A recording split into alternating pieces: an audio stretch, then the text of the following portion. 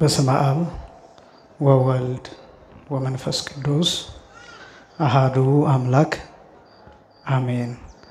ስብሐት ለእግዚአብሔር ኪያነ ዘፈጠረ ከመ ናምልኮ እንሰግድለት ዘንድ እናመልከው ዘንድ እንገዛለት ዘንድ እናመሰግነው ዘንድ የፈጠረን አምላካችን እግዚአብሔር የባህሪ ምስጋና ለእርሱ ይሁን። ስብሐት ለማርያም እመ አምላክ እግዝእትነ ወመድኃኒትነ መድኃኒታችን መመኪያችን ለምትሆን ለእናታችን ለንጽሕት ቅድስት ድንግል ማርያምም የጸጋ ምስጋና ለእርሷ ይሁን። ስብሐት ለመስቀለ ክርስቶስ ዕፀ መድኃኒት ኃይልነ ወፀወንነ ኃይላችን አምባችን መጠጊያችን ጋሻችን ለሚሆን በቀራንዮ ለተተከለ መድኃኒት ለሚባል ለክርስቶስ መስቀልም የጸጋ ምስጋና ለእርሱ ይሁን። ክቡር መምህራችን መጋቤ ሐዲስ መምህር ሄኖክ የዚህ ታላቅ ካቴድራል የስብከተ ወንጌል ኃላፊ፣ ክቡራን አባቶቼ መምህራን ወንጌል ሰባክያነ ወንጌል፣ ክቡር ወንድማችን ሊቀ ዲያቆናት ዘማሪ የማነ ብርሃን፣ ክቡራን የእግዚአብሔር ልጆች አባቶች፣ እናቶች፣ ወንድሞችና እህቶች ሁላችሁም በልዑል እግዚአብሔር ስም እንደምን ዋላችሁ? እንደምን አመሻችሁ? አምላካችን እግዚአብሔር በዚህ ዕለት በዚህ ሰዓት በዚህ ቅዱስ ቦታ ተገኝተን ቅዱስና ሕያው ዘላለማዊ የሆነውን ቃሉን እንድንሰማ ስለፈቀደልን ስሙ ለዘላለም የከበረና የተመሰገነ ይሁን። የሊቃውንት አምላክ የምስጢር ባለቤት የቅዱሳን ፈጣሪ የአባቶቻችን አምላክ እግዚአብሔር በመካከላችን ተገኝቶ ምስጢርን ጥበብን እንዲገልጥልን የእርሱ ቅዱስ ፈቃድ ይሆነልን። ሳምንት ዕለት መልእክተ ዮሐንስ የመጀመሪያውን የዮሐንስን መልእክት እንግዲህ ተከታታይ ትምህርት ጀምረናል። ሳምንት ብሉይ ኪዳንና ሐዲስ ኪዳን የሚሉትን ቃላት አንስተን የብሉይ ኪዳን 46 መጻሕፍት የሐዲስ ኪዳን 35 መጻሕፍት ጠቅላላ 81 ቅዱሳት መጻሕፍት አስራው መጻሕፍት ወይም ዋና ዋና መጻሕፍት እንዳሉ አይተናል። ከዚያም ሐዲስ ኪዳን 27 መጻሕፍት በመጽሐፍ ቅዱሱ የሚገኝ ሲሆን 8 የሥርዓት መጻሕፍት ከመጽሐፍ ቅዱሱ ውጪ ያሉ በተለያየ ጥራዝ የሚገኙ ከዛ 8 እና 27 35 ሐዲሳት ተብሎ እንደሚጠራ ተነጋግረናል። ከ27ቱ የሐዲስ ኪዳን መጻሕፍት መካከል የሚበዙት መልእክታት ናቸው። 21 መልእክታት አሉ። የቅዱስ ጳውሎስ መልእክታት 14፣ የቅዱስ ዮሐንስ መልእክቶች 3፣ የቅዱስ ጴጥሮስ መልእክታት 2፣ ከዛ የያዕቆብ መልእክትና የይሁዳ መልእክት እነዚህ አንድ ላይ 21 መልእክታት ናቸው። ከነዚህ መልእክታት ውስጥ እኛ የምንመለከተው የቅዱስ ዮሐንስ ወንጌላዊ መልእክት ነው ብለን አንስተናል። ቅዱስ ዮሐንስ ወንጌላዊ በ27ቱ መጽሐፍት ውስጥ 5 መጽሐፍት አሉት ብለን አይተናል። የመጀመሪያው ወንጌሉ ሲሆን የዮሐንስ ወንጌል ሲሆን፣ ሁለተኛው 3ቱ መልእክታት አጠቃላይ 4 ማለት ነው። ከዛ ራእየ ዮሐንስ ሲጨመር 5 መጽሐፍት በ27 መጽሐፍት ውስጥ 5ቱ የቅዱስ ዮሐንስ ወንጌላዊ እንደሆኑ አይተናል። ከዚያ ውስጥ እኛ የምንመለከተው የዮሐንስ መልእክት ቀዳማዊ ወይም የመጀመሪያ የሚባለውን መልእክት እሱን ጀምረናል። 5 ምዕራፎች አሉት ብለናል። እነዚህም 5ቱ ምዕራፎች በ5ቱ የጌታ ችንካሮች አምሳል ናቸው ብለን አንስተናል። 3 መልእክታት አሉት። ሌሎቹ 2ቱ መልእክታት እያንዳንዳቸው አንዳንድ ምዕራፍ ብቻ ነው ያላቸው። 5 ምዕራፍ ያሉት የመጀመሪያው መልእክት ብቻ ነው። ከዛ በመጽሐፍ ቅዱስ 3 ዮሐንሶች እንዳሉ በአዲስ ኪዳን አንደኛው ዮሐንስ መጥምቅ፣ ሁለተኛው ዮሐንስ ወንጌላዊ፣ ሶስተኛው ደግሞ ቅዱስ ማርቆስ ወንጌላዊ ዮሐንስ በሚል ስም ይጠራ እንደነበር እነዚህን 3ቱን ተመልክተናል። ከዚያ ውስጥ የዚህ መልእክት ጸሐፊ ዮሐንስ ወንጌላዊ ነው ብለን ስሞቹን ወንጌላዊ፣ ወልደ ዘብዴዎስ፣ ፍቁረ እግዚ፣ አቡ ቀለምሲስ፣ ድንግል፣ ንጹሕ፣ ታኦሎጎስ ወይም ቴኦሎጎስ፣ ነባቤ መለኮት፣ በአነርጌስ ወይም ወልደ ነጎድጓድ ወይም ወልደ መብረቅ፣ ደቂቀ መብረቅ እየተባሉ የሚጠራበትን ስሞች አንስተናል በከፊል። ከ17 በላይ ስሞች አሉት። በነገራችን ላይ ዮሐንስ ወንጌላዊ ቅጽል ስሞቹ ከ17 በላይ ናቸው። በጣም ሰፊ ናቸው። ግን ዋኖቹ የሚባሉት እነዚህ ናቸው ብለን አንስተናል። ከዛ ሳምንት የተናገርኩ መስሎኝ ነበር። አንድ ሰው በአስተያየት መስጫው ላይ የጠየቀኝ ዮሐንስ ሙቷን አልሞተም የሚል ሐሳብ የሚል ጥያቄ ጠይቆኛል። ዮሐንስ አልሞተም፣ ለማሳጠር ያህል አልሞተም። በአንዳንድ መጽሐፍት አረፈ የሚል ልታገኙ ትችላላችሁ። ረፍት ማለት ሞት ማለት አይደለም። ረፍት በብዙ መልክ ይተረጎማል፣ ሞትም በብዙ መልክ ይተረጎማል። ሞትም የሥጋ ሞት፣ የነፍስ ሞት፣ የመንፈስ ሞት ተብሎ የሚገለጥ አለ። እንቅልፍም ሞት ሊባል ይችላል፣ መኝታ ሞት ሊባል ይችላል፣ ረፍትም ሞት ሊባል ይችላል። መለየት ከእግዚአብሔር መለየትም ሞት ሊባል ይችላል። ገንዘብ መውደድ፣ በኃጢአት መኖር፣ እነዚህ ነገሮች ሞት ሊባሉ ይችላሉ። ሞት ብዙ አይነት አውዳዊ ትርጉም አለው። ረፍትም የሚባለው እንደዚያው ነው እና ዮሐንስን አረፈ የሚል ብታገኙ ረፍቱ ከዚህ ዓለም አገልግሎት ከዚህ ዓለም ሩጫ መገታቱን ለማሳየት ነው ረፍት የሚለው እንጂ የነፍስን ከስጋ መለየት የሚያሳይ አይደለም። ሳምንት በተወሰነ መልኩ ያነሳሁት ቅዱስ ዮሐንስ ወንጌላዊ ራሱን በጌታ ፍቅር የገደለ ነው፣ ስጋውን የገደለ ነው፣ ነፍሱን በጌታ ፍቅር ለእግዚአብሔር የሰጠ ነው። በዚህ ምክንያት ያ ሞት ነው። ትክክለኛ ሞት የሚባለው እሱ ነው። እንዲያውም ራስን ከዚህ ዓለም ኃጢአት መለየት ራስን መግደል የሚባለውና በዚህ ምክንያት ቅዱስ ዮሐንስ አስቀድሞ የሞተ ነው። የሞተ ማለት ለዚህ ዓለም የሞተ ዮሐንስ ወንጌላዊ ብቻ አይደለም በዚህ አገላለጥ የሚገለጠው። ለምሳሌ እመቤታችንም ለዚህ ዓለም የሞተች ተብላ ትገለጣለች። ለዚህ ዓለም ማለት ነው ምውት ተብላ ትገለጣለች። ሐዋርያው ቅዱስ ጳውሎስ ሲናገር ገላትያ ምዕራፍ 6 ላይ ብትመለከቱ አንሰ ምውት በሃበ ዓለም ወዓለምኒ ምውት በሃቤ ይላል። እኔ በዓለም ዘንድ የሞትኩ ነኝ፣ ዓለምም በእኔ ዘንድ የሞተች ናት ይላል። ይሄ በሌላ አገላለጥ ዓለም ለኔ የተሰቀለች ናት፣ እኔም ለዓለም የተሰቀልኩ ነኝ ማለት ነው። ዓለም ለኔ የሞተች ናት ማለት ትቻታለሁ፣ ተለያይተናል፣ ከዓለም ጋር ተለያይተናል፣ ከርኩሰት ጋር ተለያይተናል፣ ከስጋ ፈቃድ ጋር ተለያይተናል ሚለውን የሚያሳይ ነው። እኔም ለዓለም የሞትኩ ነኝ ሚለውም ይህንን የሚገልጥ ነውና ረፍቱ ይህንን የሚያሳይ ነው። ቅዱስ ዮሐንስ ለዓለም ራሱን የገደለ ነው። ማስረጃዎች ምንድናቸው ከተባለ ስንክሳሩ የሚገልጠው ጥር 4 ላይ ማንበብ ትችላላችሁ። የቅዱስ ዮሐንስ ወንጌላዊ እርገት ወይም መሰወር የሚታሰብበት ቀን ጥር 4 ቀን ነው እና የጥር 4 ስንክሳር የሚለው ደቀ መዛሙርቱን ጠርቶ ከከተማ ውጪ ወደ ውጭ ወጥቶ መቃብር ጉድጓድ ቆፍሩልኝ ብሏቸው መቃብር ከቆፈሩለት በኋላ ተሰናብቷቸው ወደ ከተማው እንዲገቡ በጎ ምግባር እንዲሰሩ ወንጌል ማስተማራቸው እንዲቀጥሉ ከመከራቸው በኋላ እሱ ወደ ጉድጓዱ ገብቶ ሲጸልይ እነሱ ወደ ከተማው ገቡ። ለከተማው ሰዎች ለሚያውቋቸው ሰዎች ተናገሩ። ከዚያ ግን እየተሯሯጡ ወደ መቃብሩ ስፍራ ወደ ተቆፈረው ጉድጓድ ሲመጡ ያገኙት ጭራውን አጽፉንና ዘንጉን ብቻ ነው። ስጋው አልተገኘም። ጉድጓዱም ክፍት ነው። ስንክሳሩ የሚናገረው ይህንን ነው። የቅኔ መምህራንም የትርጓሜ መምህራንም ቅዱስ ዮሐንስ ወንጌላዊ አልሞተም፣ ነገር ግን እግዚአብሔር ባወቀ ወስዶታን ብለው ይህንን ይናገራሉ። የቅዱስ ዮሐንስ በረከት በሁላችንም ላይ ይደርብን። በአጋጣሚ ነገ 4 ነው፣ በየወሩ የሚታሰበው በዓሉም ጭምር ነው። ይሄ ታዲያ መጨረሻ ምንድነው የሚሆነውን የሚለውን የትርጓሜ መምህራን የቅዱስ ጳውሎስ መልእክት አንደኛ ቆሮንቶስ ምዕራፍ 15 ቁጥር 51 እና 52 ላይ ያለ አንድ ክፍል ይጠቅሳሉ ለቅዱስ ዮሐንስ ወንጌላዊ። መጨረሻ ላይ የሚሆነው ቅዱስ ዮሐንስ ከማይሞቱት መካከል ነው።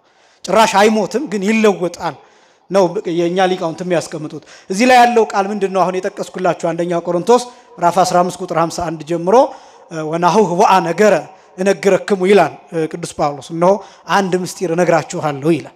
አንድ ምስጢር እነግራችኋለሁ ይልና አኮ ኩልነ ዘንመውት ይላል። ሁላችን የምንሞት አይደለንም ይላል። ሁላችን ምን የምንል አይደለንም? የምንሞት አይደለንም ይላል ቅዱስ ጳውሎስ። እሱ ሞቷል ይታወቃል። ነገር ግን ሁላችን እያለ የሚናገረው ምንድነው? ሁላችንም አይደለንም በሞት ምንቀጣው ወይ ደግሞ ወደ ሞት ምንሄደው ሁላችንም አይደለም። ወይ ደግሞ ነፍስ ከስጋ የመለየቱ ፕሮሰስ ወይም ሂደት ሁላችንንም የሚመለከት ላይሆን ይችላል። የማይሞቱ ሰዎችም ይኖራሉ ነው እና ምንድነው የሚለው ቅዱስ ጳውሎስ? አኮ ኩልነ ዘንመውት ካለ በኋላ አላ ንትወለጥ ከመቅጽበተ አይን በሳልስ ንፋተ ቀርን ይላል። በሶስተኛው የመለከት ድምጽ በተሰማ ጊዜ በሶስተኛው አዋጅ ጊዜ እንለወጣለን፣ እንደ አይን ጥቅሻ እንለወጣለን እንጂ ሁላችንም እንሞት አይደለንም ይላል እና ይሄ ቃል በእርግጥ በጣም ከባድ ነው። ጥያቄውን ስለተጠየቅኩኝ በዚህ በኩል የዮሐንስ ወንጌላዊውን ምንነት እሱን ላብራራ ብዬ ነው እንጂ ከባድ ነው። ይሄ የትንሳኤን ጽንሰ ሐሳብ የሚገልጥ ነው። በጣም ብዙዎቻችን ስለ ትንሳኤ ያለን አመለካከት ወይም ደግሞ ትንሳኤ የሚለውን ቃል ስንሰማ ከመቃብር መውጣት ከሞት መነሳት የሚለው ነው ቶሎ ወደ አይምሮአችን የሚመጣው። የትንሳኤ ኮንሰፕት ግን ኢንላይትመንት እና ትራንስፎርሜሽን እነዚህ ናቸው ኮንሰፕቶቹ። የትንሳኤ ጽንሰ ሐሳብ ማለት ይሄ ነው። ኢንላይትመንት ማለት ብሩህ መሆን ወደ ብርሃንነት መቀየር ማለት ነው። ትራንስፎርሜሽን ማለት ወደ ኢነርጂነት፣ ወደ ኃይልነት፣ ወደ ጉልበትነት፣ ወደ ረቂቅነት መቀየር ማለት ነው። ትንሳኤ ማለት ትርጉሙ እሱ ነው። አምስት አይነት ትንሳኤ አለ። የጌታ ትንሳኤ፣ የእመቤታችን ትንሳኤ፣ የእነ አልዓዛር ትንሳኤ፣ ከዛ የልቡና ትንሳኤና ከዛ መጨረሻ ደግሞ የጉባኤ ትንሳኤ ተብሎ የሚጠራ የሁላችንም ትንሳኤ አለ። እሱም በሁለት ነው የሚከፈለው። የክብር ትንሳኤና የውርደት ወይም የደይን የፍርድ ትንሳኤ ተብሎ በሁለት ነው የሚከፈለው። እና ትንሳኤ የሚባለው አሁን ለምሳሌ እኛም ከመቃብር ስጋችን ተሰብስቦ ይነሳን ሲባል ምን አይነት ሆነ ነው የምንነሳው ነው ቁም ነገሩ። ከመቃብር መውጣታችን ብቻ አይደለም፣ ስጋችን ከነፍሳችን ጋር መዋሃዱ ብቻ አይደለም፣ ግን የዘላለምን ህይወት መረዳት የሚችል ሆኖ ነው የሚነሳው። ብሩህ ሆኖ ነው የሚነሳው። ብሩህ ያ ማለት ብርሃን ሆነን ነው እኛ ራሳችን የምንነሳው። ብርሃን ሆነን ነው። ለምሳሌ ጌታ ሲናገር እናንተ የዓለም ብርሃን ናችሁ ብሎ ተናግሯል ለሐዋርያትና የዓለም ብርሃን ናችሁ የሚለው በጸጋ ብርሃን መሆን እንዳለ ሆኖ በቃል ማብራት፣ በወንጌል ማብራት፣ በምስራች ማብራት፣ በደስታ ማብራት ይሄ እንዳለ ሆኖ ምስጢሩም ግን መጨረሻ ላይ ብርሃን መሆን ነው። እኛ ራሳችን ብርሃን ሆነን ነው የምንነሳው። ብርሃን ሆነን ነው። ይሄን ላሳያችሁ። የማቴዎስ ወንጌል ምዕራፍ 13 ቁጥር 41 ላይ አሚሃ ይበርሁ ጻድቃን ምስብይተ እደ እምብርሃነ ፀሐይ በመንግስት አቡሆሙ ዘበሰማያት ይላል። ያን ጊዜ ጻድቃን በአባታቸው መንግስት ከፀሐይ 7 እጅ ይበራሉ ይላል። እስኪ በሉ ይበራሉ በሉ እስኪ። ያበራሉ አይደለም። ምን ይላሉ ነው ያልኳችሁ? ማብራትና መብራት ይለያያል። ብርሃን መሆንና ለሌላው ማሳየ። ብርሃን ስትሆኑ ራሳችሁ ስትበሩ ለሌላውም ታበራላችሁ። ለምሳሌ እኔ አሁን መብራት ባትሪ ይዤ ባበራላችሁ ብርሃን አይደለሁም፣ ግን ብርሃን ግን ሰጥቻችኋለሁ። ያ ማለት ባትሪው ሲወድቅ፣ ባትሪው ሲበላሽ፣ ቻርጅ ሲጨርስ፣ ባትሪው ሲሞት፣ የባትሪው ድንጋይ ሲያልቅ ማብራት ያቆማን ማለት ነው። አያችሁ፣ እኔ ብርሃን ከሆንኩኝ ግን ባትሪ መያዝ፣ ቁሳቁስ መያዝ አይጠበቅብኝም። እኔ ራሴ ብርሃን ነው መሆን። አያችሁ፣ ያ ብርሃን ደግሞ ለራሴም የሚበራ ነው፣ ለናንተም የማበራበት ነው ብርሃንነት የሚባል እና ያን ጊዜ ጻድቃን በአባታቸው መንግስት ከፀሐይ 7 እጅ ነው የሚለው። አሁን ይሄ 7 እጅ 1 2 3 4 5 6 7 የሚለውን ቁጥር የሚያሳይ አይደለም፣ ፍጹም ማለት ነው። ከፀሐይ ብርሃን አሁን የፀሐይ ብርሃን የመጨረሻው ለኛ የመጨረሻው ብርሃን ነው። ብርሃን በመሰረቱ የመጨረሻው ምንነቱ አይታወቅም ማለት የብርሃን መጨረሻው ምን እንደሆነ አይታወቅም። እንኳን አይደለም የተፈጥሮ ብርሃን ይሄንን ብርሃን ስንጠቀም ዋቱን እንደምታውቁት ፓወሩን ከፍ ያረግን ልንሄድ እንችላለን። ግን የመጨረሻው የኛ የብርሃን ጥግ ምንድነው ቢባል ወደፊት ያለው ቴክኖሎጂ እየፈጠረው የሚሄደው የምናገኘው ኃይል የምናገኘው ምንጭ እየፈጠረው የሚሄደው መጨረሻውን አናውቀው እና የብርሃን መጨረሻው አይታወቅም። መጀመሪያው ግን ይታወቃል። ለምሳሌ አንድ ሰው እሳት ሲለኩስ ወይም ክብሪት ሲጭር የእሳት መጀመሪያ እሱ ነው። ከዛ በኋላ ግን የእሳቱ መጨረሻ አይታወቅም። እሳቱ ስንት ቤት ሲያቃጥል ነው መጨረሻ የሚባለው? እሳቱ ስንት ጫካ ሲያቃጥል ነው? ምን ያህል እንጨት ሲጨመርበት ነው እሳቱ መጨረሻ ደረጃ ደርሷል የሚባለው? የትኛው ላይ ነው? አይታወቅም። እና እሳት መነሻው ሊታወቅ ይችላል፣ መጀመሪያው ሊታወቅ ይችላል። ጧፍ ስንለኩስ ልናየው እንችላለን። ከዛ በኋላ ብዙ ነገሮችን ብናቃጥል ግን የእሳቱን መጨረሻ ማወቅ አይቻልም፣ ይቀጥላል። ኃይል ቢባለው እንደሱ ነው። እና ስለዚህ ይሄ ነው ብርሃንነት የሚባለው፣ ፍጹም ብርሃንነት የሚባለው ይሄ ነው። እና ትንሳኤ ማለት እሱ ነው ልላችሁ ፈልጌ ነው። ትንሳኤ ማለት ብርሃንነት ነው፣ ኢንላይትመንት ነው ያልኳችሁ ይሄ። አንዳንድ ሰዎች ሳይሞቱ ሊነሱ ይችላል፣ ይለወጣሉ። ለምሳሌ ቅዱስ ዮሐንስ ወንጌላዊ በዕለተ ምጽአት ባለበት አሁን ያለው በስጋና በደም ነው ያለው። ልክ በዛ ጊዜ ግን ሶስተኛው አዋጅ ሲታወጅ፣ ሶስተኛው መለከት ሲነፋ ያን ጊዜ ቅዱስ ዮሐንስ ወንጌላዊ ይለወጣል ባለበት። ወዴት ነው የሚለወጠው? ይሄ የሚበሰብሰው ስጋ የማይበሰብሰውን ይሆናል። ይሄ የሚፈርሰው ስጋ የማይፈርሰውን፣ ይሄ ምድራዊው ሰማያዊው፣ ይሄ ስጋዊው መንፈሳዊው፣ ይሄ ጊዜያዊው ዘላለማዊው ይሆናል። እንዴት እንደሚሆን ይሄ የሚያውቀው እግዚአብሔር ብቻ ነው። እግዚአብሔር ብቻ ነው የሚያውቀው። ቅዱስ ዮሐንስ ወንጌላዊ ለዚህ የተጠበቀ ነው። ይሄም ደግሞ በግልጽ ቋንቋ የተጻፈው ቦ እልሃለው እለይጥመው ለሞት እስከ አመይሬ ይወለወልደ እጓለም ሕያውን ዘይመጽ በመንግስቱ ሚል ቃላል ወንጌል ላይ የማቴዎስ ወንጌል ምዕራፍ 16 ቁጥር 25 ላይ እዚህ ከቆሙት መካከል ይላል። ሐዋርያት ነው እንደዛ የሚላቸው። እዚህ ከቆሙት መካከል ሞትን የማይቀምሱ ይላል። ምንን የማይቀምሱ? ሞትን የማይቀምሱ አንዳንድ አሉ ብሎ ጌታ የተናገረው ቃል አለ።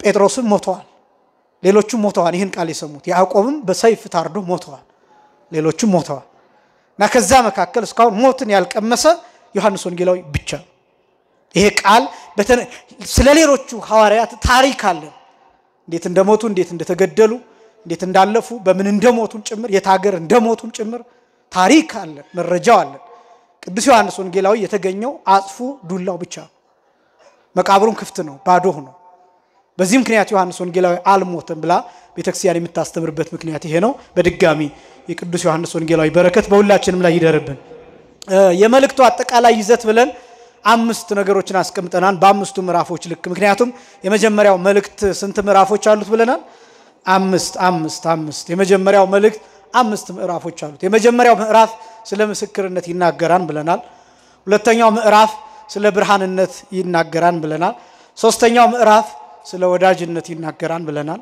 አራተኛው ምዕራፍ ስለ ልጅነት ይናገራል ብለናል አምስተኛው ምዕራፍ ስለ እምነት ይናገራል ብለናል እነዚህ 5ቱ ምዕራፎች እነዚህ 5 ዋና ነገሮችን የሚገልጡ ናቸው ምክንያት ጽሕፈት የጻፈበት ምክንያት ሱልናገርና ወደ ይዘቱ ወደ ቁጥር 1 ገባለሁ ምክንያት ጽሕፈቱ ቅዱስ ዮሐንስ ይህን መልእክት የጻፈበት ምክንያት ድምጥያኖስ ተብሎ የሚጠራ ንጉስ ቅዱስ ዮሐንስ ወንጌላዊን አስሮት ነበር ለ7 ዓመታት አስሮታል እና ለ7 ዓመት ቅዱስ ዮሐንስ ወንጌላዊ የታሰረበት ምክንያት ክርስቶስ በመድር ላይ ነግሷን ክርስቶስ መጥቷል የሁሉ ንጉስ ክርስቶስ ነው የሁሉ ንጉስ የእግዚአብሔር ልጅ ነው ያለ ሲያስተምር ያው ነገስታት እንደምታቋጨው የነሱን ስልጣን የሚሻማ መስሎ ከታያቸው ወደ ኋላ ይሉምና እንዴት በላይ ላይ ንጉስ ይሰፍክብኛን ብሎ ተበሳጭቶ ንጉሱ ድምጥያኖስ የሚባለው ንጉስ ቅዱስ ዮሐንስ ወንጌላዊን ለ7 ዓመት አሰረው ይላል ለስንት ዓመት ለ7 ዓመት አሰረው እና ከዛ በኋላ ይሄ ድምጥያኖስ የሚባል ሰው ሙቶ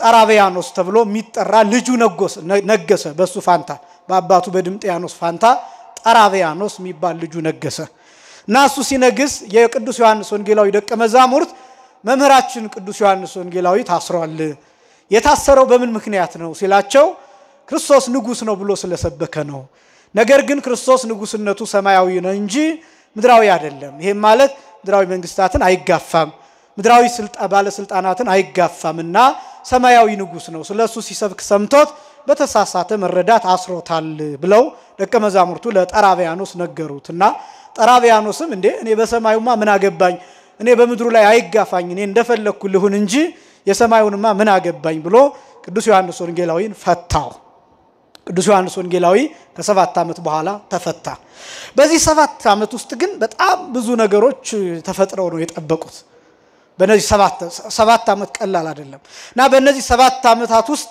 5 ክህደቶች ተነስተው ነበር ስንት ክህደቶች 5 ክህደቶች ተነስተው ነበር የመጀመሪያው ክህደት ምንድነው ክርስቶስ ከሞት አልተነሳም የሚል ነው ትንሣኤ የሚባል ነገር የለም የሚል የመጀመሪያው ክህደት ሁለተኛው ከሞት እንኳን ተነሳ ተብሎ ቢታሰብ ቀዳማዊ አይደለም የመጀመሪያ አይደለም ሎቱ ስብሐት ፍጡር ነው የሚል ክህደት ነው ክርስቶስን በተመለከተ ማለት ነው ሶስተኛ ክርስቶስ ይያልክ የምትሰብከው ወይም ክርስቶስ ይያላችሁ የምትሰብኩት ኢየሱስ ይያላችሁ የምትሰብኩት በጨለማ የሚሰራውን አያይም በብርሃን የሚሰራውን ብቻ ነው የሚያየው በቀን የሚሰራውን ነው እንጂ የሚያውቀው በሌሊት የሚሰራውን አያውቅም ስለዚህ አምላክ አይደለም የሚል ነው ሶስተኛው ክህደት አራተኛው ክህደት ክርስቶስ ይያላችሁ የምትሰብኩት በነቢብና በገቢር የሚሰራውን ኃጢያት ያውቃል በሐልዮ ግን ወይም በሐሳብ ደረጃ ያለውን አያውቅም ያ ማለት ንግግርን ይሰማል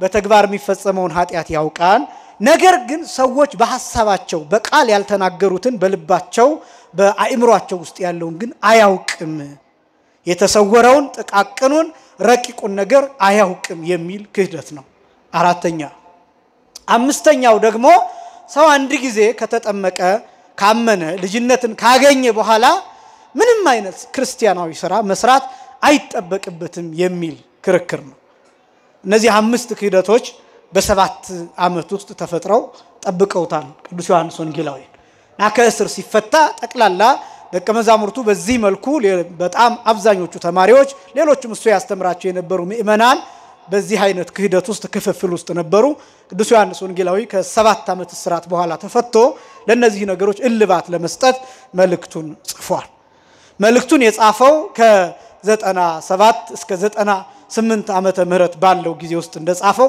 ዘመኑን በተመለከተ ሳምንት እንዳልኳችሁ የተለያዩ ሐሳቦች አሉ ክታብ ወሳጁ አይታወቅም በአጠቃላይ ግን ይሄ መልእክት ለጊዜው ለኤፌሶን ክርስቲያኖች ሆኖ ፍጻሜው ግን ለሁላችንም የተጻፈ መልእክት ነው እንግዲህ እነዚህ አምስቱም ክህደቶች በአምስቱ ምዕራፎች መልስ ያገኛሉ እነዚህን በደንብ ከተረዳችኋቸው መልእክቱን እየተረዳን መቀጠል እንችላለን ማለት ነው ምዕራፍ 1 ክፍል 1 ቁጥር 1 ጀመርን ማለት ነው ምስክርነት ነው ይሄ ምዕራፍ የመጀመሪያው ምዕራፍ ምስክርነት ነው እና ይሄን ሲጀምር የተወሰኑትን ክፍሎች ላንብላችሁ በደንብ ስሙኝ ምዕራፍ 1 ቁጥር 1 የዮሐንስ መልእክት የመጀመሪያው መልእክት ምዕራፍ 1 ቁጥር 1 ጀምሮ ስለ ሕይወት ቃል ከመጀመሪያው የነበረውንና የሰማነውን ይላል ስለ ሕይወት ቃል ከመጀመሪያው የነበረውንና የሰማነውን በአይኖቻችንም ያየነውን የተመለከትነውንም እጆቻችንም የዳሰሱትን እናወራለን ቁጥር 2 ሕይወትም ተገለጠ አይተንማል እንመሰክርማለን ከአብ ዘንድ የነበረውንም ለኛም የተገለጠውን የዘላለምን ሕይወት እናወራላችኋለን ቁጥር 3 እናንተ ደግሞ ከኛ ጋር ህብረት እንዲኖራችሁ ያየነውንና የሰማነውን ለእናንተ ደግሞ እናወራላችኋለን ህብረታችንም ከአባት ጋር ከልጁም ከኢየሱስ ክርስቶስ ጋር ነው ቁጥር 4 ደስታችሁም እንዲፈጸም ይህንን እንጽፍላችኋለን ቁጥር 5 ከእርሱም የሰማናት ለእናንተም የምናወራላችሁ መልእክት እግዚአብሔር ብርሃን ነው ጨለማም በእርሱ ዘንድ ከቶ የለም የምትል ይህች ናት ስለ ቃሉ የአምላካችን የእግዚአብሔር ስም የተመሰገነ ይሁን ስለዚህ የመጀመሪያው ግዕዙ መልእክተ ዮሐንስ ሐዋርያ ወልደ ዘብዴዎስ ቀዳማዊ ካለ በኋላ የሐዋርያው የዮሐንስ መልእክት የዘብዴዎስ ልጅ የሐዋርያው የዮሐንስ መልእክት የመጀመሪያው ካለ በኋላ በእንተ ነገረ ሕይወት ብሎ እንደ አርእስት ያስቀምጠዋል በእንተ ነገረ ሕይወት ይላል በእንተ ነገረ ሕይወት ማለት ስለ ሕይወት ነገር ማለት ነው ቀጥታ ሲተረጎም አማርኛው መጽሐፍ ቅዱስ ስለ ሕይወት ቃል ይላል እንግሊዘኛው መጽሐፍ ቅዱስ የኪንግ ጄምስ ቨርዥን ሳምንት ያልነገርኳችሁ እሱን ተጠቀማለሁ የሕይወት ቃል ብሎ ያስቀምጠዋል ስለዚህ ምን ናየው የመጀመሪያው የሕይወት ቃል ከዛ ቀጥሎ መጀመሪያ የነበረ ከዛ የተሰማ ከዛ የታየ ከዛ የተመለከቱት ከዛ የተዳሰሰ ከዛ የሚነገር የሚወራ እነዚህን ቃላት እንመለከታለን ማለት ነው የመጀመሪያው የሕይወት ቃል በእንተ ነገረ ሕይወት የሕይወት ቃል የሚለውን እንመለከታለን የሕይወት ቃል ነው የሚለው ቃል ምንድነው የሚለውን መጀመሪያ እናይና ከዛ ሕይወትስ ምንድነው የሕይወት ቃል ምንድነው የሚለውን እሱን እናያለን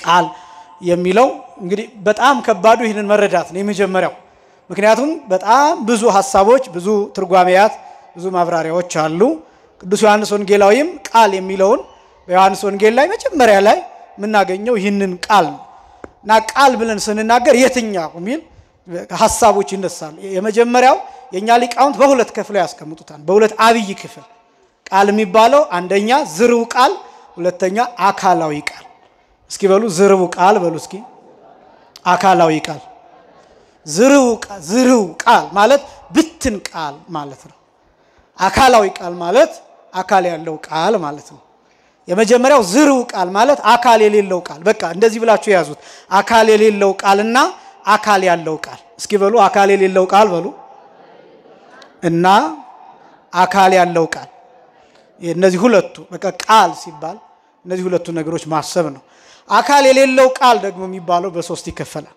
ዝርዋን ቃላት ተብለው ይጠራሉ አተርጋውን ቦርፎሪኮን እና አአትሪኮን ተብለው የሚጠሩ ሊቃውንት የሚጠሯቸው አጠራር አሉ አተርጋውን የሚባለው ቃላተ መላእክት ቦርፎሪኮን የሚባለው ቃላተ ነቢያት አአትሪኮን ተብሎ የሚጠራው ቃላተ ሰብ የሰው ቃል ቃል የሚባለው በእነዚህ በሶስቱ ይከፈላል ምክንያቱም የሕይወት ቃል ካለ የትኛውን ቃል ነው እየነገረን ያለው ነው የመላእክት ቃል የሚባለው መላእክት እግዚአብሔርን ያመሰግኑበት ቃል ነው መላእክት እግዚአብሔርን ቅዱስ ቅዱስ ቅዱስ ይያሉ የሚያመሰግኑበት ቃል ነው ቃል የሚባለው አካል እንኳን ባይኖረው ዝርው እንኳን ቢሆን ብትን እንኳን ቢሆን ግን ትርጉም ያለው ምን ያለው አልኳችሁ ትርጉም ያለው ቃል የሚባለው እሱ ትርጉም ያለው መደመጥ የሚችል መሰማት የሚችል መታወቅ የሚችል ቃል የሚባለው እሱ ነው። መላእክት ደግሞ የሚያመሰግኑበት ቃል የሚሰማ የሚደመጥ ትርጉም ያለው። ይሄን በምን አወቅን? በመጽሐፍ ቅዱስ የተጽፎ ትንቢተ ኢሳይያስ ላይ ምዕራፍ ስንት ቢባል ምዕራፍ 6 ከቁጥር 1 ጀምሮ የመቅደሱ የልብሱ ዘርፍ የመቅደሱን ሞልቶት ነበር። በዙሪያው መላእክት ቅዱስ ቅዱስ ቅዱስ አሸናፊ እግዚአብሔር እያሉ የምስጋና ጎርፍ እያጎረፉ እንደሚያመሰግኑት ተጽፏል።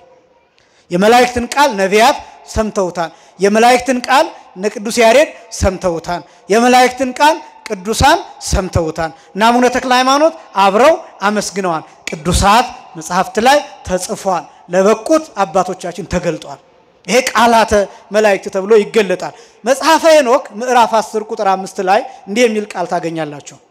መጽሐፈ ሄኖክ ምዕራፍ 10 ቁጥር 5 ላይ ወቃል ቀዳማዊ ይባርኮ ለእግዚአ መናፍስት ለዓለመ ዓለም ይላል። ወቃል ቀዳማዊ ይላል። ወቃል ቀዳማዊ ማለት የመጀመሪያ ቃል ማለት ነው። የመጀመሪያ ምስጋና። ይህንን ቃል እንዲያውም አባቶቻችን ሲገልጡ የቅዱስ ሚካኤል ቃል ብሎ ይገልጡታል። ቅዱስ ሚካኤል የሁሉ አለቃ ስለሆነ መጀመሪያ ቅዱስ ቅዱስ ቅዱስ የሚለውን ምስጋና ከአንደበቱ ያወጣው ሊቀ መላእክት የመላእክት አለቃ ቅዱስ ሚካኤል ነው ይላሉ። የቅዱስ ሚካኤል ረዳትነት ከሁላችን ጋር ይሁን እና ወቃል ቀዳማዊ ብለው ይጠሩታል። የመጀመሪያ ምስጋና የቅዱስ ሚካኤል ቃል፣ ከዛ አለቃቸውን ተከትሎ ያመሰገኑት ጠቅላላ የመላእክት ቃል ወቃል ቀዳማዊ ይባርኮ ለእግዚአ መናፍስት ማለት የመናፍስትን ጌታ የመናፍስትን ፈጣሪ ይሄ ማለት የመላእክትን አምላክ የመላእክትን ጌታ ለዘላለም ያመሰግነዋል ይላል። ለዘላለም ያመሰግነዋል ማለት የመላእክት ምስጋና ለማይክሮ ሰከንድ እንኳን ቢሆን አይቋረጥም።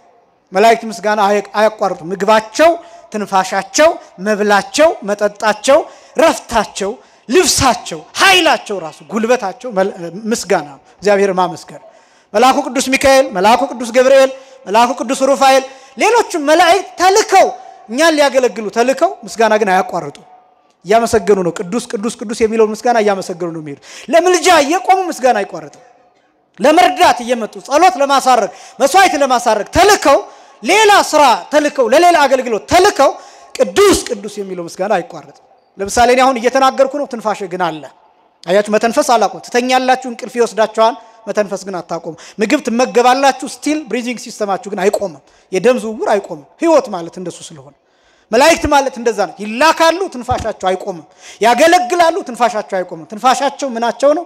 ምስጋናቸው ነው። ረፍታቸው ምስጋናቸው። ረፍቶሙ ለመላእክት አኮቴቶሙ ይእቲ ተብሎ እንደተገለጠ የመላእክት ረፍታቸው ምስጋናቸው፣ ምስጋናቸው ረፍታቸው።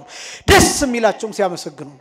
እያመሰገኑ ባመሰገኑ ቁጥር አንድ ቃል በተናገሩ ቅዱስ ቅዱስ ባሉ ቁጥር አዲስ ክብር ያያሉ፣ አዲስ ክብር ይመለከታሉ።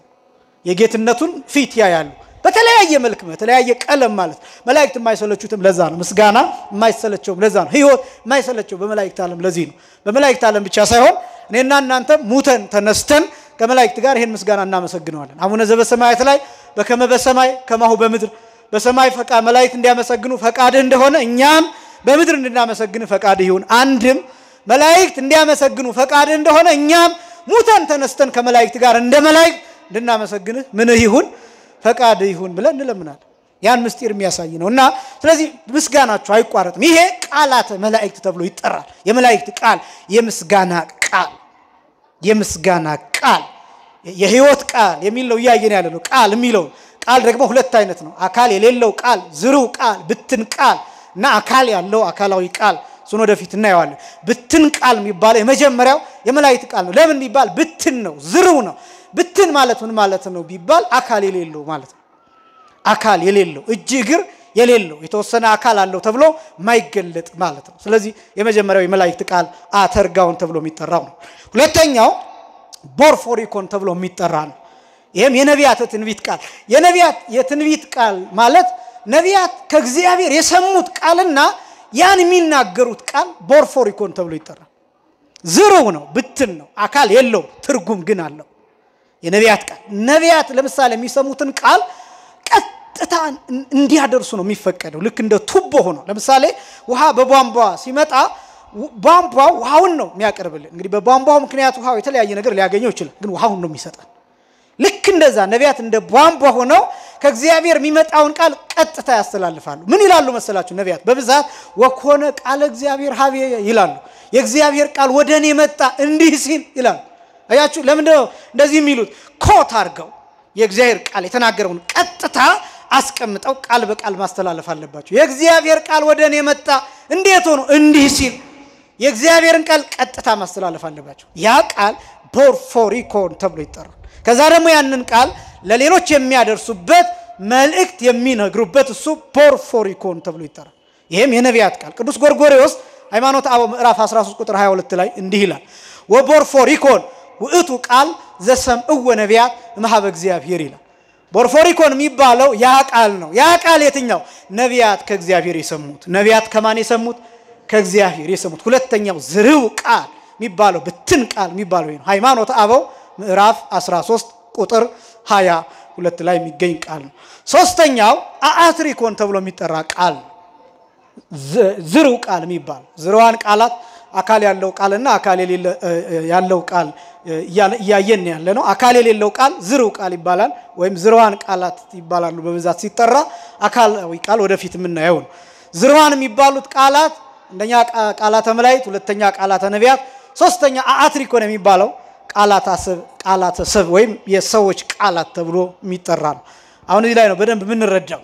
በጣም የቃል ትርጉም የሚገባን ይሄ ነው። አያችሁ አሁን የህይወት ቃል ሲባል ዝም ብሎ አይደለም የተቀመጠው። ዮሐንስ የነገረን ስለ ህይወት ቃል ነው። ሐዋርያት የነገሩን ስለ ህይወት ቃል ነው። ክርስቶስ የነገረን የህይወት ቃል ነው። ራሱም የመጣው ወደፊት እናየዋለን የህይወት ቃል ሆኖ ነው የመጣው። እዚህ የሚነገረው የህይወት ቃል ነው። ቤተክርስቲያን የምትናገረው የህይወት ቃል ነው። ወንጌል ውስጥ ያለው ቅዱሳት መጻሕፍት ውስጥ ያለው የህይወት ቃል ነው። ከኦርቶዶክሳውያን መምህራን አንደበት የሚወጣው የህይወት ቃል ነው። ቅዳሴው የህይወት ቃል ነው።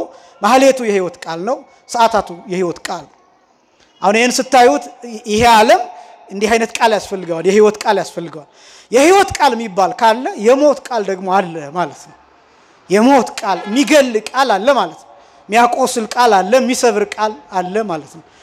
ስለዚህ ምን አይነት ቃል ነው መስማት ያለብን ብቻ ሳይሆን ምን አይነት ቃል ነው መናገር ያለብንም ጭምር መራጮች እንድንሆን ማለት ልክ ለምግብ እንደምንጨነቅ ለልብስ እንደምንጨነቅ ልብስ መርጠን እንደምንለብስ ብራንድ ያለው ልብስ ምናምን ይያልን ምግብም እንደዚህ ኦርጋኒክ የሆነ ምናምን ያልሆነ ይያል ልክ እንደምንመርጠው ልክ እንደዚያ ልክ ይሄ የስድስቱ ንጥረ ምግቦች ይያልን በሽታ ተከላካይ ገንቢ ይያልን ምግብ እንደምንመርጠው ሁሉ ቃል ይመረጣል። ቃልም ይመረጣል። ቃል ይገላን፣ ቃል ያድናን፣ ቃል ህይወት ይሆናል፣ ቃል ሞት ይሆናል። ቃል ነፍስን መጠገል ይችላል፣ ቃል ነፍስን መስበር ይችላል። ቃል ዓለምን ማዳን ይችላል፣ ቃል ዓለምን ማጥፋት ይችላል። ቃል ጦርነት መሆን ይችላል፣ ቃል እርቅ መሆን ይችላል፣ ቃል ሰላም መሆን ይችላል። ስለዚህ ቃል ምንም ማድረግ ይችላል። ቃል እንዴት ከባድ እንደሆነ ጌታ እንዲህ ብሎ ተናግሯል። የማቴዎስ ወንጌል ምዕራፍ 12 ቁጥር 35 ላይ ከቃልህ የተነሳ ትጸድቃለህ ይላል። ከቃልህ የተነሳ ምን ትላለህ? ከምንህ የተነሳ? ከቃልህ የተነሳ ትጸድቃለህ። ከቃልህ የተነሳ ደግሞ ትኮንናለህ ወይም ይፈረድብሃል ይላል። ከምንህ የተነሳ? በቃ ወሳኝ ነው ማለት ነው። ቃል ለመጽደቅ፣ ቃል ለመኮነን፣ ቃል ህይወትን ለማምጣት፣ ቃል ሞትን ፍርድን ለማምጣት ወሳኝ ነው ማለት ነው። እንዲያውም ጌታ እዚሁ ላይ የሚለው ክፉ ሰው ከክፉ ልቡ ክፋትን ያወጣል ይላል። ደግ ሰው ደግሞ ከደግነት ልቡ ደግ ነገርን ያወጣል ይላል።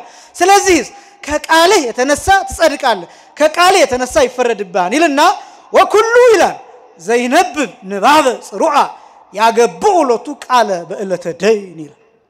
ማይረባ ነገር ከንቱ ነገርን የሚናገር ሰው በፍርድ ቀን ቃልን ይመልሱለታል ይላል። የተናገረውን ቃል ማለት ነው። በፍርድ ቀን የተናገረው ቃል ልክ ሪኮርድ እንደተደረገ ልክ እንደዛ ይሄን ተናግረሃን ተብሎ ይቀርብበታል። በዚህ ቀን ገሌን ተሳድበሃል፣ በዚህ ቀን ገሌ ራሱ እንዲያጠፋ ምክንያት ሆነሃል፣ በዚህ ቀን ገሌን አባረሃል፣ በዚህ ቀን የገሌን ሞራል ሰብረሃል፣ የገሌን ሞራል አድቅቀሃል፣ በዚህ ቀን ሰው ከሃይማኖት እንዲወጣ አድርገሃል፣ በዚህ ቀን ሰራተኛህን አሸማቀሃል፣ በዚህ ቀን ጥበቃህን ተሳድበሃል፣ በዚህ ቀን ሚስትህን እንዲህ ብለሃታል፣ በዚህ ቀን ባልሽን እንደዚህ ብለሽዋል፣ በዚህ ቀን ልጅህን እንዲህ ብለዋል፣ በዚህ ቀን ሌሎችን እንዲህ ብለህ ተሳድበሃል ተብሎ ተሰብስቦ ተቀድቶ ቃል ተቀምጦ ለፍርድ ይቀርባል። ምስክር ሆኖ ይቀርባል። ስለዚህ ቃል አየር ላይ ይቀመጣል። ይሄ ቫኪዩም እኛ ያለንበት ስፔስ ጠቅላላ በአየር ብቻ እንዳይመስላችሁ በእኛ ቃል የተሞላ ነው።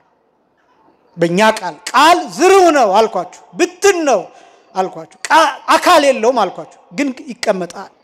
ዘይት ከውስጥ አየር ብለው ይገልጡታል። የኛ ሊቃውን አየር ላይ የሚፈስ ብለው አየር ላይ የሚቀመጥ ብለው ይገልጡታል ቃል ይቀመጣል የተናገርነው ቃል ሁሉ እንዲያውም አሁን በቅርቡ በጣም እንግዲህ ቴክኖሎጂ በጣም እያደገ ሲሄድ መደረግ የሚታሰቡ ነገሮች አሉ ለምሳሌ የሰዎችን ቃል ከአየር ላይ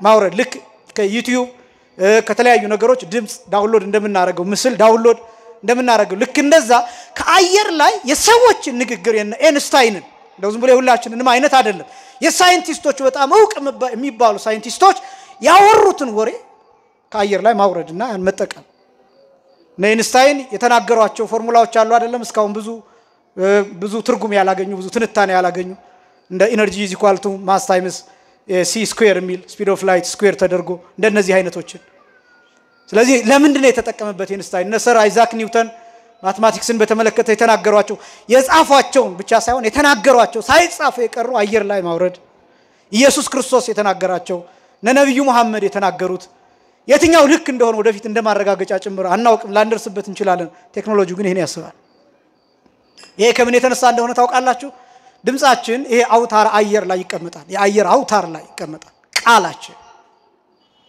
ቃል እንደዛ አይነት ነው ይቀመጣል በዛ ምክንያት ቃል ለፍርድ ይመጣል ይሄ ብቻ አይደለም ቃል አየር የመበከል አቅም አለው ውሃ የመበከል አቅም አለው እጽዋትን የማሳደግ አቅም አለው ህፃናትን የማሳደግ አቅም አለው የማልፈስፈስም አቅም አለው ትውልድን ሽባ የማረግ አቅም አለው እና ወደ አየር የሚተፋው ቃል የሚወጣው ቃል ከኛ የሚወጣው የምህረት ቃል የይቅርታ ቃል የርቅ ቃል የሰላም ቃል እነዚህ ነገሮች በጎ ነገሮችን ያመጣሉ ቃል በራሱ ቃል ብቻ ነው ማለት ቃል ብቻ ኃይል ነው ኢነርጂ ነው ቃል ጉልበት ነው አቅም ነው ስራ ለመስራት አቅም ነው ኢነርጂ ማለት the capacity to do work አይደል የምትሉት እናንተ ስራ ለመስራት አቅም የሚሆን ኢነርጂ ማለት ቃል እንደሱ እና ይሄ ቃል ወሳኝ ከኛ ከአንደበታችን የሚወጣው ቃል ወሳኝ አየርን የመበከል አቅም አለው ውሃ የማበላሸት አቅም አለው እጽዋትን የማፋፋት አቅም አለው ስለዚህ እንዲህ ይላል መጽሐፍ ይጻብይ ነገር ማፉክሙ ይላል ከአንደበታችሁ ከባድ ቃል አይውጣ እስኪ በሉ ከአንደበታችን በሉ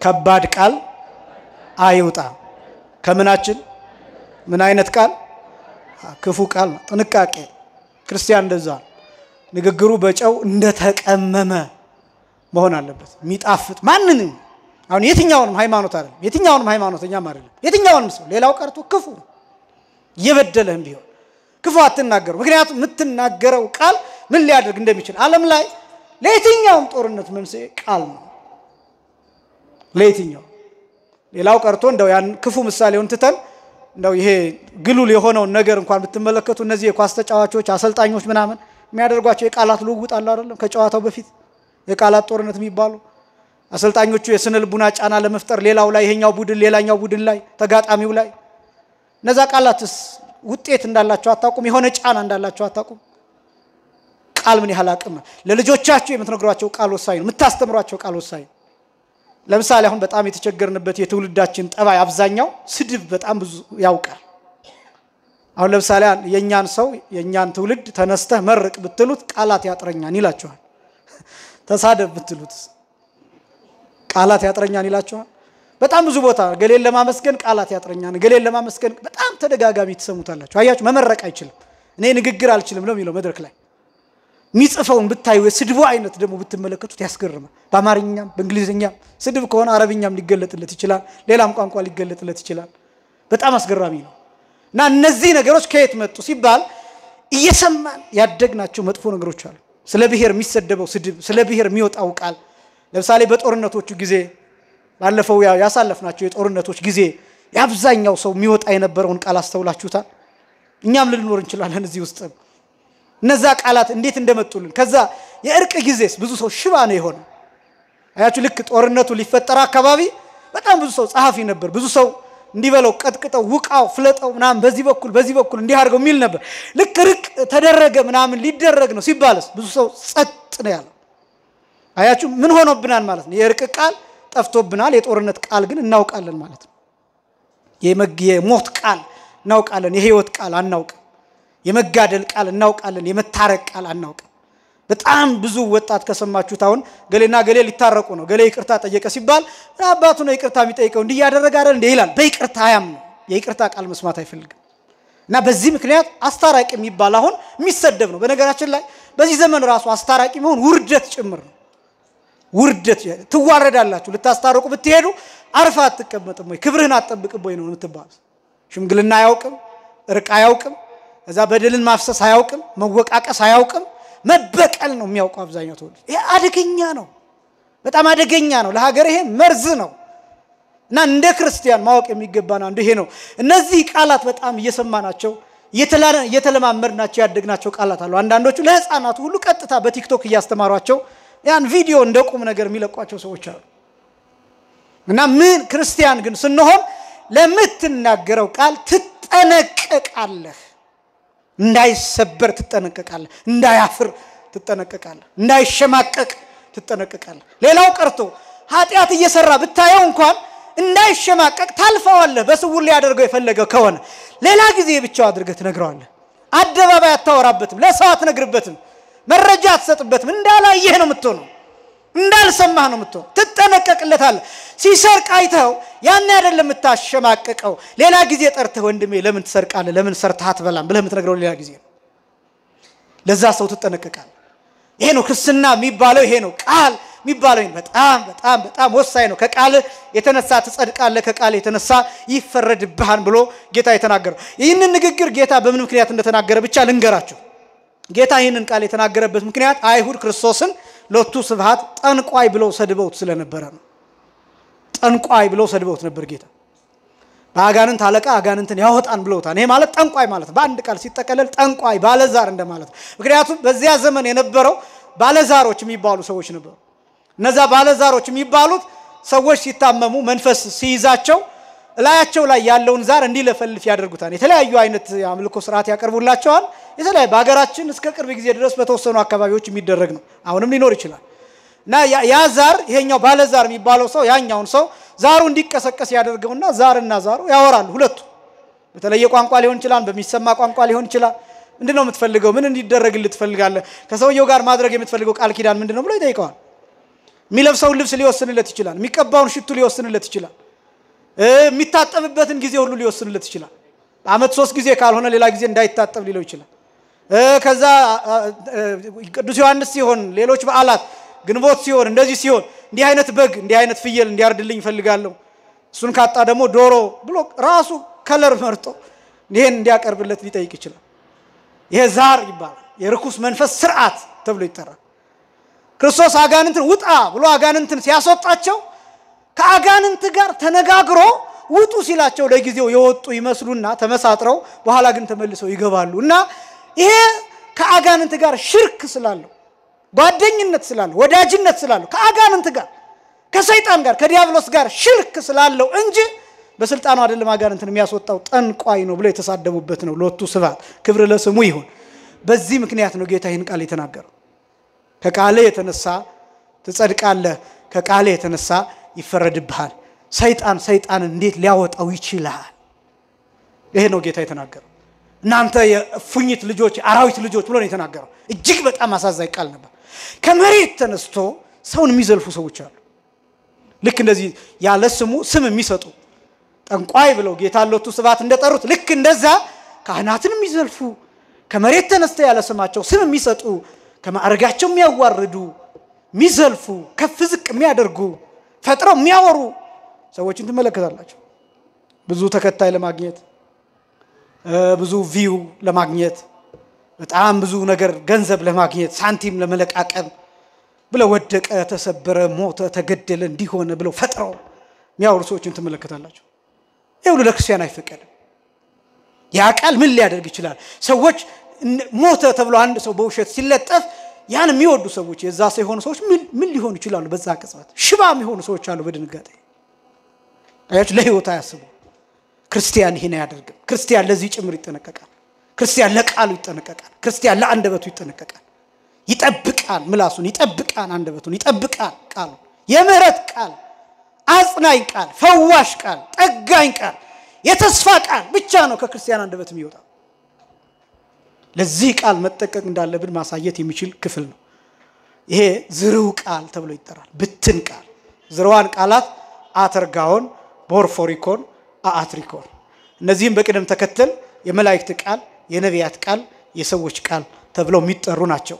የሕይወት ቃል የሚለው ነው ያያየን ያለነው ቃል የሚለው የመጀመሪያው ዝርው ቃል ሁለተኛ አካላዊ ቃል የሚባለው አካላዊ ቃል ማለት አካል ያለው ቃል ነው እርሱም እግዚአብሔር ወልድ ኢየሱስ ክርስቶስ ነው አካላዊ ቃል ተብሎ የሚጠራው እግዚአብሔር ወልድ ኢየሱስ ክርስቶስ እስኪ በሉ እግዚአብሔር ወልድ በሉ እግዚአብሔር ወልድ ኢየሱስ ክርስቶስ ምን አይነት ቃል ነው አልኳችሁ አካላዊ ቃል ይሄን ብቻ ነግራችሁ ይሄን ሳምንት እናየዋለን አካላዊ ቃል ማለት አካል ያለው ቃል ማለት ነው ብትን አይደለም ዝርው አይደለም ግን አካል ያለው ቃል ደግሞ ሲባል ሚዳሰስ ማለት አይደለም አሁን ስለ ሩቅ ቃል ስናወራ ለምሳሌ የዮሐንስ ወንጌል ምዕራፍ 1 ቁጥር 1 ጀምሮ ያለው ቃል በመጀመሪያው ምን ነበር ቃል ነበር በመጀመሪያ አይደለም የሚለው በመጀመሪያው ነው የሚለው መጽሐፍ ቅዱስ ስታነቡ ፊደል ጭምር ይታያል በመጀመሪያ ቃል ነበረ አይደለም የሚባለው በመጀመሪያው ነው የሚለው ግዕዙም በቀዳሚ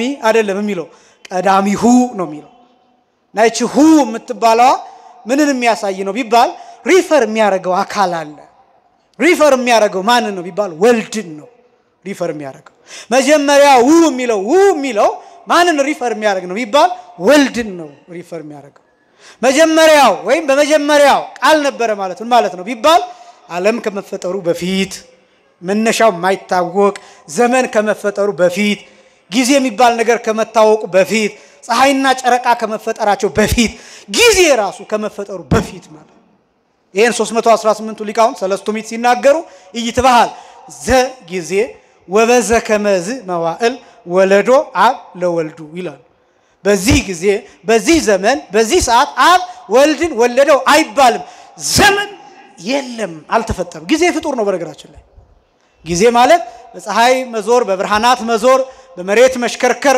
በፕላኔቶች መዞር በእነዚህ ምክንያት ነው ጊዜ የሚቆጠረው በዚህ ምክንያት ነው ስለዚህ ጊዜ ከብርሃናት ጋር ተያይዞ የመጣ ነው ማለት ነው ብርሃናት ደግሞ ፍጡራን ናቸው ስለዚህ ከብርሃናት መፈጠር በፊት ጊዜ የሚባል ነገር የለም ማነጻጸሪያ የሚባል ነገር ራሱ የለም አብ ወልድ መንፈስ ቅዱስ አብ ከወልድ ይበልጣል ወልድ ከአብ ይበልጣል መንፈስ ቅዱስ ከአብ ያንሳል የሚባሉ ቃላት ራሱ ለመናገር ማነጻጸሪያ ሪፈረንስ የሚባል ነገር የለም ለኔና ለናንተ አለን ፍሬም አለን ምን ለካካበት ስታንዳርድ አለን ለዛ ነው አሁን ለምሳሌ አባቶቻችን እኛን የወለዱ አባቶቻችን እኛን ለመውለድ የሚያበቃቸውን አካል ዲቨሎፕ ካረጉ በኋላ አግብተው እኛን እንወለዳለን ሰው እንደዛ ነው የሚቀጥለው ስለዚህ እዛ ጊዜ ልዩነት አለ አያችሁ ስለዚህ ማነጻጸሪያ አለ እዚህ ለመምጣታችን ለምሳሌ ቀድሞ የመጣለ ዘግይቶ የመጣለ በመንድነው ይሄን ምን እናነጻጽረው በሰዓት ገሌ 11 ሰዓት ገሌ 11 ተኩል ገሌ 12 እያለን እንገልጣለን ስለዚህ ማነጻጸሪያ አለ ጊዜ አለ ለስላሴ ግን ማነጻጸሪያ ራሱ ምንም ነገር የለም ፍሬም የለም በአብና በወልድ በመንፈስ ቅዱስ መካከል ንጽጽር ለመስራት ራሱ ንጽጽር ለመስራት ይበላለጣሉ እንዲሆናሉ ሚለው ለመስራት ራሱ ምንም አይነት ማነጻጸሪያ የለም አያችሁ ከዘመን በፊት የሚባል ይሄ ዘላለማዊነት ጥንት መነሻ ቀዳማዊነት የለው የሚባለው ለዚህ ነው በመጀመሪያው የሚለው መገኘቱን ራሱ ያውቀዋል ለዚያ ግን ቃል ነበር ምን አይነት ቃል አካላዊ ቃል ሩቅ ቃል የተራቆተ ቃል ሩቅ ማለት እሱ ነው የተራቆተ ቃል ማለት ገና ስጋ ያለበሰ ነፍስን ያልተዋሃደ ገና ማለታችን ነው ስለሱ ነው እየተናገረ ያለው ከዛስ በመጀመሪያው ቃል ነበር ቃልም በእግዚአብሔር ዘንድ ነበር ከዛስ ቃልም እግዚአብሔር ነበር ይላል ቃልም ማን ነበር እግዚአብሔር ነበር ከዛ ቁጥር 14 ላይ ያ ቃል ምን ሆነ ስጋ ሆነ ይሄ ነው የሕይወት ቃል የሚባል ይሄ ቃል የሚለው አገላለጥ ይሄን ብቻ ተናግሬ በዚህ እንዝጋው ይሄን እያስታወሳችሁት ብቻ ለሳምንት እንድንገናኝ ይሄ ቃል የሚለው የቅዱስ ዮሐንስ ወንጌላዊ የመልእክቱ የሕይወት ቃል የሚለው የወንጌሉ ምዕራፍ 1 ቁጥር 1 ላይ ያለው በግሪኩ ሎጎስ ይባላል ሎጎስ ማለት በጣም ብዙ ይሄ ሎጎስ የሚለው ቃል ፊሎሶፊካል የሆነ እና ቴዎሎጂካል የሆነ እይታም አለው አጠቃቀምም አለው ተርሙ ፊሎሶፊካሊ ይተቀሙበታን ፈላስፎች ይተቀሙበት የነበረ ቃል ነው ቴዎሎጂካሊ ደግሞ ሃይማኖተኞች ይተቀሙበት የነበረ ቃል ነው ሎጎስ የሚለው እንደ ቴዎሎጂ ቋንቋ ሎጎስ የሚለው ቃል ኢንካርኔት ወርድ ማለት ነው ስግው ቃል ማለት ነው ሎጎስ የሚለው ቃል ግሪክኛው የሚያገለግለው በነገራችን ላይ የአዲስ ኪዳን መጽሐፍት ከማቴዎስ ወንጌል በስተቀር ሌሎቹ ሁሉም የተጻፉት በግሪክ ቋንቋ ነው የማቴዎስ ወንጌል በዕብራይስጥ ቋንቋ ነው የተጻፈው ከዛ ከዕብራይስጥ ወደ ግሪክ ተተርጉሟል በኋላ እና የብሉይ ኪዳን መጽሐፍትም የመጀመሪያ ትርጉማቸው ከዕብራይስጥ ወደ ጽርዕ ተተርጉሟል የብሉይ ኪዳን መጽሐፍት እንደማነጻጸሪያ ሆነው ዋና ሆነው የሚያገለግሉት ዋና ቅጅ ሆነው የሚያገለግሉት ወደ ጽር የተተረጎሙት ናቸው። ምክንያቱም ኦሪት አይሁድ በጣም ብዙ ያቆሳሰሏቸው ብዙ የፋቋቸው የሰረዟቸው በጣም ብዙ ቃላት አሉ። እውነተኞቹ ቃላት ፍጥጥ ብለው የተገኙት ወደ ጽር የተተረጎመው ላይ ነው። እና በሌላ አገላለጥ ቅዱሳት መጻሕፍት በአጠቃላይ በግሪክ ቋንቋ ተተርጉመዋል። ክርስቶስ በመጣበት ዘመን የግሪክ ቋንቋ በጣም በስፋት ያገለግልበት የነበረበት ዘመን ነው። ከክርስቶስ ልደት በፊት 400 ዓመታት ቀድሞ ግሪክኛ በዓለም ላይ ይነገርበት የነበረበት ጊዜ ነው።